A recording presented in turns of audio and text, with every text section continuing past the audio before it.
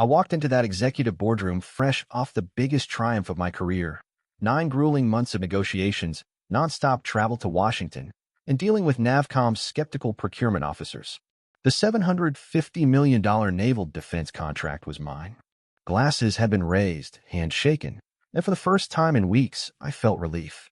I expected that morning to be a celebration of all the late nights and missed family dinners finally paying off. Instead, Patrick Warren didn't even glance up. I'm Ryan Palmer, 48, 20 years in defense contracting and 8 years in the Navy. My military experience is what let me pull this off. I worked my way from a junior contract specialist after the Navy to VP of Global Defense Acquisitions, and I knew the procurement game inside out. So when Patrick slid an envelope across the table and without looking at me said, "Effective immediately, you're being reassigned," the blow landed hard. He added, still not meeting my eyes, "Executive assistant." Compensation adjusted accordingly. I opened the letter with steady hands, but the document was merciless. My title removed, my pay slashed, my responsibilities taken away. Worse, it had been signed 3 days earlier, before the NAVCOM deal closed. This wasn't a spur-of-the-moment decision. It had been plotted while I was executing the deal. In military terms, it was a flanking maneuver. While I was focused on the mission, they'd moved to cut me out from behind. The drive home felt interminable. There was Lisa, my wife, in the middle of a third round of chemo after a cancer recurrence, and we were paying $15,000 a month for treatment. Our son Tommy, 17, was preparing for the Naval Academy, and we were shelling out $8,000 a semester for prep. My father, Walt, a Vietnam vet, was in a care facility costing $4,000 a month. My new salary as an executive assistant will be $2,400 a month. I sat in the driveway and did the math. Mortgage alone was $3,200. It was impossible. Inside, the kitchen counter was strewn with bills Lisa had organized by due date, oncology invoices on top, then Tommy's prep tuition, then Dad's care statement. Lisa looked up from her laptop, her head wrapped in a scarf where the chemo had taken her hair, and asked how the recognition meeting went. I lied. Said it was just a reorganization. Lying to your wife while she's fighting for her life felt like the lowest thing I'd done, but I couldn't bring myself to tell her the truth and break her more than she already was broken. That night, I couldn't sleep. I kept thinking about Lucas Bradley, the Wharton MBA I'd mentored for 3 years, bright, eager, lacking the military know-how I'd spent decades learning. I taught him why relationships matter more than spreadsheets in defense procurement, how to read military signals. Lying in the dark, I wondered if I'd taught him too well. The next morning, the executive floor felt hostile. My office nameplate was gone, leaving a rectangle of adhesive where Ryan Palmer, VP, Global Defense Acquisitions, had lived. My personal files were cleared. My badge no longer opened storerooms. My work email was disabled. They'd literally wiped 20 years of work with a few keystrokes. As I moved my things to a second-floor cubicle, I saw through the conference room glass a presentation underway. My NAVCOM strategy, word for word. The slide that had credited me now credited Lucas Bradley as Director of Strategic Defense Partnerships, with my photo removed and his headshot pasted in. The kid was up there presenting my plan like it was his own. I took Lucas Bradley under my wing 3 years ago, a fresh Wharton MBA with 0 experience in military procurement. Bright kid, sure, but book smarts only go so far in defense contracting. I spent hours showing him the tradecraft, which clauses matter, how to read military officers, why relationships beat spreadsheets, and how a single misplaced comma can cost millions. I remember him shadowing me at the initial NAVCOM meetings, furiously taking notes. So watching him present my work to the board felt like a punch to the gut. This wasn't just office politics, it was personal. After the meeting, he caught my eye, smiled without meaning it, and told me he'd carry forward my foundation work. 20 years of my expertise reduced to foundation work. He then swaggered off like he'd earned it. Later, while clearing out my desk, a memo slipped from a folder. It wasn't routine, a line reading strategic objective, remove RP, dated 4 months earlier. They'd been planning to get rid of me long before the NAVCOM negotiations, an inside setup while I concentrated on the external fight. The realization hit hard. Back at the kitchen table, the bills were worse than ever. Lisa's oncology $14,750 this month, Tommy's prep $7,800, Dad's care $4,200, mortgage $3,200, just over $30,000 a month. My new salary was $2,400. We had maybe 2 months before things collapsed. I faced combat and lost men in the Persian Gulf, but this felt more helpless than any firefight. Then my phone rang that night, a Washington number. I answered. It was Daniel Brooks, a contract attorney reviewing the Eastbridge Navcom deal. He asked if I drafted Clause 72B. I remembered, yes, I had. Daniel told me that clause was airtight. If Navcom's designated military liaison was reassigned, Navcom could void the contract and demand full repayment. He said Navcom had specifically requested me for the deal, and, on learning I'd been reassigned, they'd contacted him. Suddenly, after feeling erased, I was important again. They wanted to meet with me directly because they were questioning Eastbridge's integrity. I dug up my old leather portfolio that night, the same battered folder I'd carried through deployments and negotiations for 2 decades, hunting for my notes from the Geneva talks. There was in my handwriting, Clause 72B. It spelled out that any reassignment of the designated military liaison would let the client void the contract and demand restitution, $7.2 billion. I remembered the Navcom officer pulling me aside and insisting they needed a named individual on the deal, not just a company. When you're buying billion-dollar systems, continuity matters. I'd written that clause as standard insurance, the kind of protection my 20 years in the field taught me to include. Suddenly, the clause wasn't just legalese. It was leverage. I spent the next morning drafting a precise, emotionless email alerting Eastbridge that operational authority had been reassigned and pointing them to Clause 72B of the executed agreement.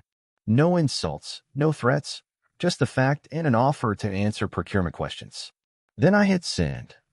12 minutes later, the company's systems began to light up.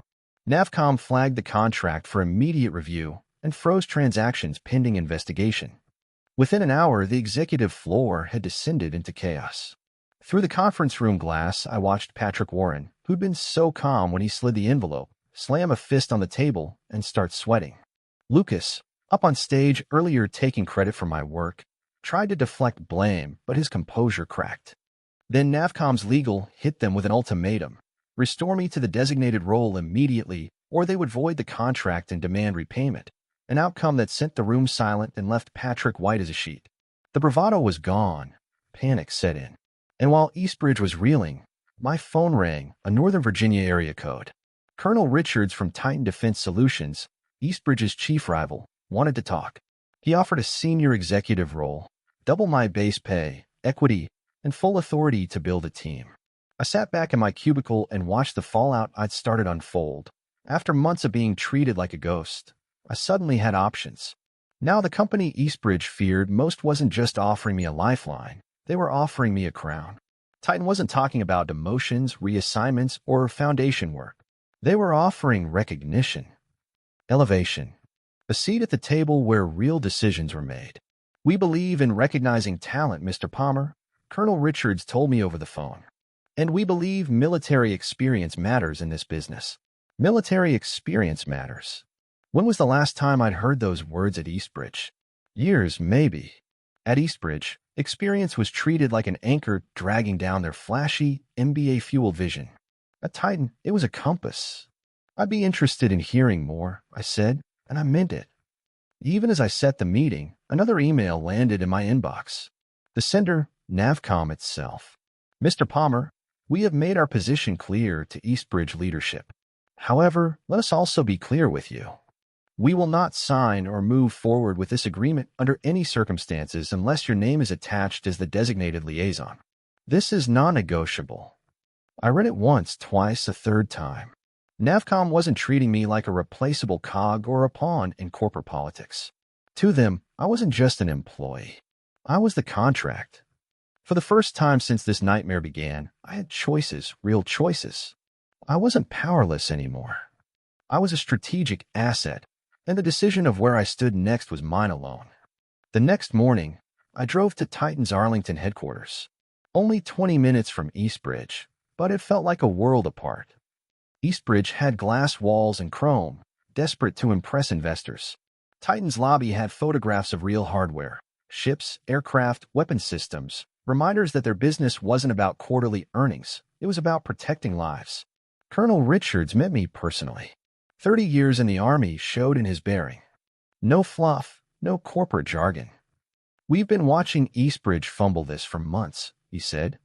Navcom asked for someone with military background, and they gave them a business school kid who doesn't know a destroyer from a dinghy. Then he slid a folder across the table. Not a thin envelope, not a dismissal letter, a full contract. Real terms in black and white.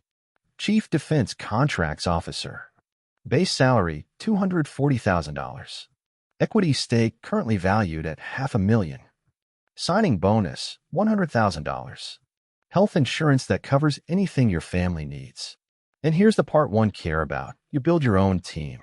Hire who you want. Fire who you want. Your show to run. I scanned the numbers. It wasn't just a raise, it was life-changing. 10 times my current pay. Enough to cover Lisa's treatments without begging insurance companies. Enough to keep Tommy's prep courses on track. Enough to move Dad into the best veteran care in the state. But more than that, Richard spoke to me like I mattered. Like 20 years of experience wasn't a liability, but the very thing that made me invaluable. There's one condition, Richards added. Navcom has been crystal clear. They'll only work with you. The contract moves with you, or it doesn't move at all. That same afternoon, I signed. The paperwork took 2 hours. Walking out of Titan's offices, I felt lighter than I had in months. For the first time in years, the weight wasn't crushing me, it was lifting me. By that evening, the news hit the wires. Titan Defense secures historic $750 million naval contract. Eastbridge faces $72 billion repayment after losing key executive. My name was everywhere. Bloomberg, Reuters, Financial Times. Not as a casualty, but as the architect of Titan's victory. Eastbridge stock collapsed overnight. The board convened emergency meetings. By Friday, Patrick Warren resigned. No press conference, no golden send-off, just a cold memo about pursuing other opportunities. The same man who dismissed me with a flick of his wrist was erased with one. Lucas Bradley's fall was swifter. His profile vanished from Eastbridge's website, his LinkedIn scrubbed clean, his name whispered only as a cautionary tale. I didn't celebrate. I didn't gloat. I got to work. My first day at Titan, I called an all-hands meeting for the Defense Contract Division. 30 people, a mix of veterans and career contractors, most with more gray hair than ambition. People who valued honor over optics. We're building something different here, I told them. A place where 2 decades of service means something. Where your word is your bond. Where loyalty runs both ways. In the military, we had a code. Never leave a man behind. That's how we're going to operate here. Nobody gets thrown away because it's convenient for a spreadsheet. The nods around the room told me the message landed. These weren't ladder climbers chasing bonuses. These were professionals who'd been discarded before, just like me. Within 2 weeks, I'd recruited 3 of Eastbridge's best, people already planning their exits. Word spread fast. Titan was where you went if you wanted to be valued. Navcom's procurement team visited a month later. Commander Peterson, the officer who'd insisted on my involvement from day one, shook my hand. This is how it should work, he said. Military professionals working with people who understand military needs. Not corporate climbers pretending they know the difference between a frigate and a submarine. 3 months later, Titan signed 2 more contracts with Navcom, worth another $400 million combined. Our stock doubled. My equity stake topped $1 million. But the real victory wasn't financial, it was personal. When Tommy's acceptance letter from the Naval Academy arrived, I wrote the tuition check without fear. When Lisa's scan came back clean, we celebrated at the restaurant we'd been putting off for years. Dad's new care facility was better in every way. Better food, better staff, people who spoke to him as a veteran, not a patient. He was sharper, more alive. Sitting on the porch one evening, he looked at me and said, "You did good, son." Sometimes a man has to walk away from something broken to build something that works. Looking back, I realized Patrick and Lucas had done me a favor. They pushed me out of a company that had forgotten loyalty, integrity, and service. They forced me into a place that still valued those things. Eastbridge measured worth in quarterly earnings. Titan measured it in character. A week ago, I got a LinkedIn message from Lucas. Short, almost pitiful. Congrats on the Titan success. Hope we can work together again someday. I didn't answer. Some bridges aren't meant to be rebuilt. These days, I drive to work knowing what I do matters. The contracts I negotiate put real equipment into the hands of our sailors. The team I lead understands mission comes first. And the values I carried from the Navy, honor, loyalty, accountability, are alive here, shaping every deal we sign. In uniform, I learned that honor isn't just a word. It's how you carry yourself when no one's watching. Turns out, that truth applies as much in corporate boardrooms as it does on the battlefield. And Titan, unlike Eastbridge, understands that.